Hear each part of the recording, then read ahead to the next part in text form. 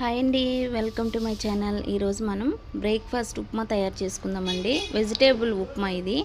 అన్ని వెజిటేబుల్స్ మనం వేసుకొని చేసుకుందాము. ఆలు వేసా, బీన్స్, క్యారెట్, టమాటో వేసుకున్నాను.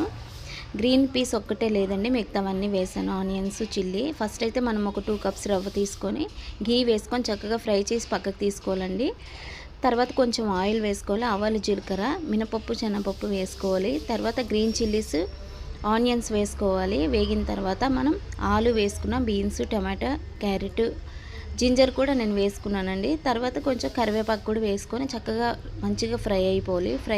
చూడండి, నేను చూపిస్తున్న విధానంలో చక్కగా కలర్ షేడ్ అవ్వాలి. ఇప్పుడు మంచిగా ఫ్రై అయినట్టే. ఫ్రై అయిన తర్వాత మనం దానికి సరిపడినంత వాటర్ వేసుకోవాలి.